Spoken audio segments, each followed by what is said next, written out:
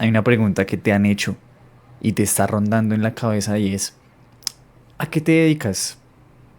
Puede ser difícil responder esto y no porque no tengas una respuesta, sino porque tienes demasiadas. Y no sé si esto te habrá hecho sentir que te faltaba seriedad, que te faltaba enfoque, que te faltaba dirección en la vida. Como no sé, el tipo de persona que no sabe lo que quiere, el tipo de persona que empieza cosas y no las termina. El que, no sé, tiene muchos hobbies, pero como si esto fuera una muestra más bien de inmadurez y no una persona que está enfocada en la vida.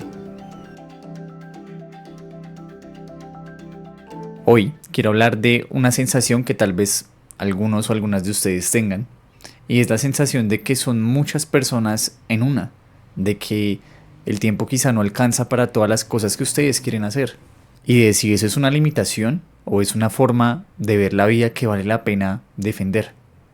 Existe una tensión que casi todos sentimos, que viene de dos lados completamente opuestos. Por un lado hay una voz que dice, sé y haz todo. Sé filósofo, sé empresario, sé gourmet, sé músico, sé deportista. Y además tienes que saber hablar 3 o 4 idiomas. Esta es una voz que puede venir de las redes sociales, de los hombres y las mujeres del renacimiento, de esos perfiles de LinkedIn que parecen enciclopedias de muchas cosas en una persona. Y por otro lado está la voz, no sé, de los papás, del mercado, de las academias, que te pregunta cuál es tu especialidad, qué es eso en lo que mejor te desempeñas, en qué eres experto, defínete ya. Porque el mundo profesional premia la profundidad, premia la experticia, el saber muy bien hacer una cosa. Y claro, ante todas estas demandas y estos dos extremos que son voces que están ahí, voces que nos habitan, con las que día a día sentimos que estamos rodeados, pues puede ser difícil encontrar nuestro lugar. Es decir, podemos sentirnos en el primer lado, que somos muy ordinarios para este mundo de gente que es muy colorida, o en el segundo, que somos muy dispersos y ahí podemos estar sintiéndonos en el medio, ¿no? Quizá sintiéndonos muy múltiples para un mundo que nos pide especificidad, o por otro lado sintiéndonos bastante ordinarios para este mundo de gente que es demasiado colorida y que sabe demasiado hacer de todo. Mi tesis o mi argumento hoy es que ambas voces son muy extremas y no nos sirven. Que la pregunta real no es cuántas cosas sabes o si te vas a enfocar en una de ellas en tu vida, sino si realmente te reconoces en la curiosidad de querer explorar varias cosas. Bueno, permítanme presentarles un término que quizá ya conocen, pero que merece ser revisado, y es polímata. La polimatía viene del griego polimathía, aprender mucho. Un polímata es alguien cuyos conocimientos abarcan campos muy diversos y que aparentemente no tienen conexión, como la ciencia, el arte, las humanidades. La historia está llena de casos así. Por poner el más citado está Leonardo da Vinci, que fue pintor, anatomista, ingeniero, botánico, músico. Pero no es el único, ¿no? También tenemos a Marie Curie, quien fue física, química y pionera de la radiología médica, además de profesora universitaria. O Hedy Lamarr, que fue actriz e inventora. En fin, la historia tiene polímatas en todos los tiempos y formas. Y bueno, en la época contemporánea pues encontramos figuras como a Steve Jobs, Elon Musk o Vitalik Buterin, que son personajes que tienen una combinación sorprendente de conocimientos en varias áreas como la ingeniería, el diseño, la física, la economía. A estas personas los llamamos genios o los llamamos visionarios. Pero creo que lo que más define a todas estas personas es que nunca aceptaron que tenían que elegir solo una cosa. Además de que la mayoría de estas personas tenían muchos privilegios. Sobre eso podemos hablar después. Y bueno, aquí quiero aclarar algo importante. No se trata de que ahora nos vayamos a volver el próximo Leonardo da Vinci, la próxima Marie Curie, el próximo Steve Jobs. No se trata de ser brillante, ser la estrella, ser el oro en todo lo que estás tocando. Para ser una persona polímata no hace falta ser un genio. Todos podemos desarrollar siempre nuevas aficiones, destrezas físicas o habilidades intelectuales. Todos podemos salir de nuestro campo de acción para explorar nuevos intereses en otras áreas de la vida. Y es más, esto de hecho podría ser muy beneficioso para nuestra mente y para nuestra salud mental. Al final se trata de no pedirte disculpas por tener demasiada curiosidad. Y es que investigaciones sobre esto abundan. Hablemos de lo que sí se dice en la investigación, no solo de lo que nos hace sentir bien. Transferencia de habilidades. Hay algo que es fascinante cuando aprendes algo en un campo y lo aplicas en otro. Voy a tomar el ejemplo de Jannik Sinner, que para la fecha de este video es el mejor tenista del mundo. Sinner es un italiano que viene de la zona transalpina, es decir, de los Alpes italianos. Creció esquiando y aunque hoy en día es tenista, gran parte de su éxito se da por la forma en la que se desplaza en la cancha, una forma en la que solo él se está desplazando y que es debido a sus conocimientos y habilidades en el esquí.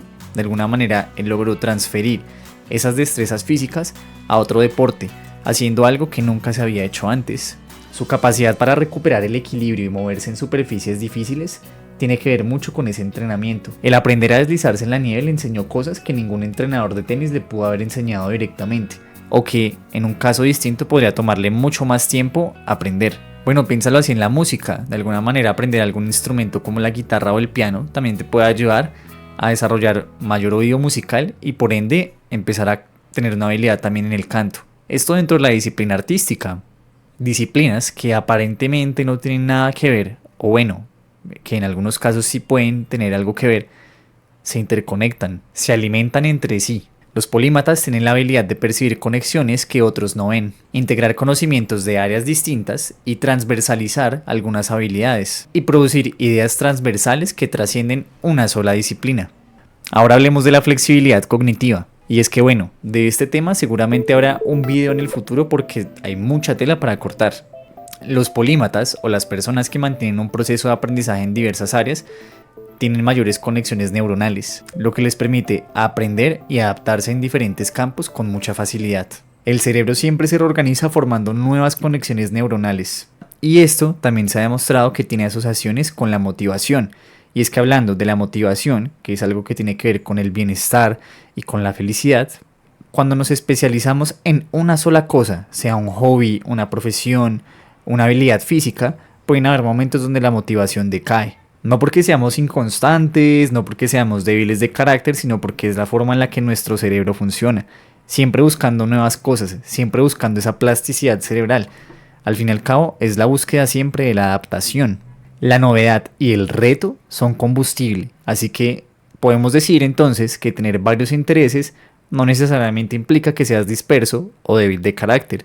Más bien esto nos recarga y nos motiva. Ahora hablemos de la adaptación y la resiliencia. Las personas con una personalidad polifacética o curiosas tienen mayor adaptabilidad y resiliencia frente a los cambios imprevistos y a los desafíos que propone la vida. Son flexibles, creativas, innovadoras y capaces de encontrar soluciones a los problemas que presenta la vida. Y bueno, en un mundo que cambia a pasos agigantados como el nuestro, tener esta habilidad de adaptarse es un lujo, es también un activo, ¿no? Pero bueno, sería deshonesto de mi parte no hablar del otro lado, digamos, de la cara oscura, de lo que no se ve de esto. Y voy a hablar de algunas de las trampas que tiene el ser polifacético. Una de ellas puede ser la trampa del inicio eterno. Claro, ser polifacético y muy curioso tiene sus ventajas porque siempre vas a estar explorando, siempre vas a estar aprendiendo nuevas cosas. Pero, ¿qué pasa cuando parece que nos estamos refugiando en tener muchos intereses para no profundizar en alguno de estos campos? Es como si nos estuviéramos también evitando la oportunidad de exponernos al fracaso y a los totazos cuando profundizamos en algo de ellos. Y esto es algo normal y es parte de la vida. Pero también hay investigaciones que han demostrado que esto es lo que pasa con algunas personas. Así que bueno, ¿será que esta es una manera de procrastinar algunas cosas? No sé. Pero hablemos de otra trampa, la trampa financiera. Claro, el tener muchos intereses implica no solo una inversión de energía y tiempo, sino también inversión de dinero. Esto quizás es más un problema de los mercados laborales que premian la especialización. Cuando te diversificas, eso se traduce en costos de oportunidad. Y es que puedes ser bueno en 5 cosas y el mercado no sabe cómo pagarte o valorarte en una de esas. Es como está diseñado el mundo, ¿no? Y hablando de cómo está diseñado el mundo, aquí pienso en otra trampa, que es la trampa del agotamiento.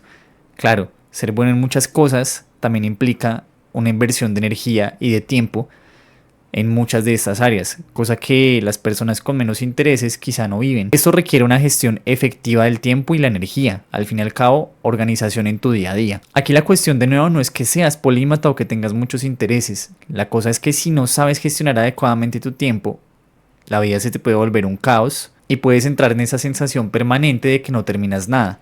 Y esto, el no terminar las cosas, puede afectar directamente en la autoconfianza, la capacidad y la confianza que tenemos en nosotros mismos para aprender algunas cosas y ser mejores en estas áreas. Y hay una trampa más íntima, que es el juicio social.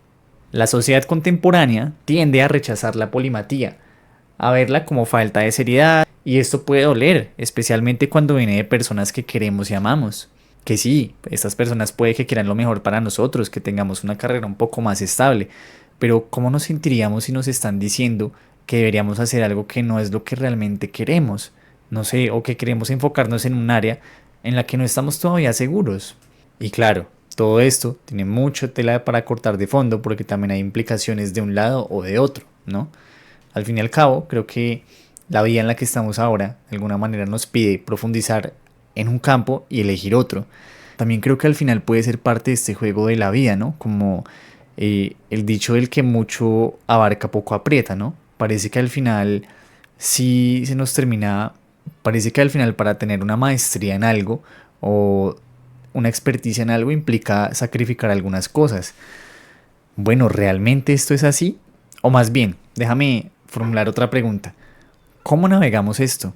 Hay muchos videos que hablan de listas de productividad, de gestión del tiempo. Yo no voy a darte esto esta vez, pero lo que sí quiero compartirte son algunas ideas que pueden quizás servirte para pensarte esto. Lo primero, encuentra el hilo que conecta a tu mundo. Con esto quiero decir que nuestras pasiones no suelen ser tan aleatorias como parecen. Por ejemplo, a alguien que le gusta la fotografía y la biología, probablemente el hilo que conecta a esas dos es el gusto por observar el mundo. La que disfruta del teatro, la actuación y los negocios, quizá lo que le gusta es contar historias que terminen impactando a los demás. Y el convencer a las personas también. Lo que quiero decir con esto es que detrás de tantos gustos que tienes puede haber un hilo conductor y eso puede ser el eje central pues de tu vida, básicamente de tu cotidianidad y de tu quehacer diario. Otro punto que me parece importante es que distingamos la profundidad de la variedad. A ver, es más probable encontrarse trabajos donde hacemos una u otra actividad, pero esto no implica que tengamos que sacrificarlo todo. No tienes que abandonar la variedad y la curiosidad por estar en uno o dos campos. Puedes tener uno o dos campos donde profundizas de verdad y otros donde exploras la curiosidad liviana sin tener que pensar en que tienes que llegar a algo o que de alguna manera estás siendo disperso. Al final creo que no todo lo vamos a hacer con la misma intensidad, eso está claro. Otro punto es que le demos permiso a estas facetas de nosotros mismos para que conversen entre sí. No creo que tengas que separar tan tajantemente tu faceta de fotografía de tu faceta de la medicina, por ejemplo. Permite que estas dos facetas de ti conversen entre sí. Permite que estas facetas conversen entre sí y deja que lo que sabes de un campo migre al otro. No sé, pienso en una doctora que también es cirujana y es poeta. Y básicamente sus poemas hablan de muchos aspectos y vivencias que tiene un médico, así como, bueno, cosas que ves cuando eres médico como del cuerpo, ¿no? De la fisiología, de los órganos. Ese es un ejemplo de cómo transferimos las habilidades de un campo hacia otro y viceversa. Y por último, otro tip que daría sería no te disculpes por ser así o no te disculpes por tener curiosidad. La polimatía no tiene que estar reservada a genios o a figuras históricas. Obviamente también detrás de ellos hay ciertas condiciones materiales, estructurales y económicas que permitían que se desarrollaran pues excelentemente en muchas áreas. Pero no te des tan duro. Quizá no tengas que ser la figura mundial y está bien. Quizá no vayas a ser el próximo Elon Musk y está bien. Y bueno, sí, pues fenomenal. En fin, la polimatía o la curiosidad es una actitud y una forma en la que nos relacionamos con el mundo y con nosotros mismos. Bueno, entonces volvamos a la pregunta del principio. ¿A qué te dedicas? Quizá la respuesta no es que seas una persona que está dispersa y no sabe lo que quiere, sino que te encuentras explorando, aprendiendo, innovando. Y eso también es una forma de progreso en la vida. Quizá realmente no es que seas inmaduro o inconstante, sino que eres probablemente alguien que tiene demasiado en un mundo que nos pide encasillarnos en una sola cosa. Y eso, contrario a lo que te dijeron, es una fortaleza, lo dicen los estudios. Y bueno, ¿te consideras una persona polímata, polifacética, curiosa? Déjame saber en los comentarios cómo es tu experiencia al teniendo muchos intereses. O si no, si eres una persona que siente que quiere explorar más cosas, ¿qué te gustaría explorar? Bueno, y una pregunta también para el cierre. ¿Cuántas facetas tienes tú que no las mostraba a nadie más por la pena del juicio o la crítica social? Y bueno, nos vemos en el próximo episodio.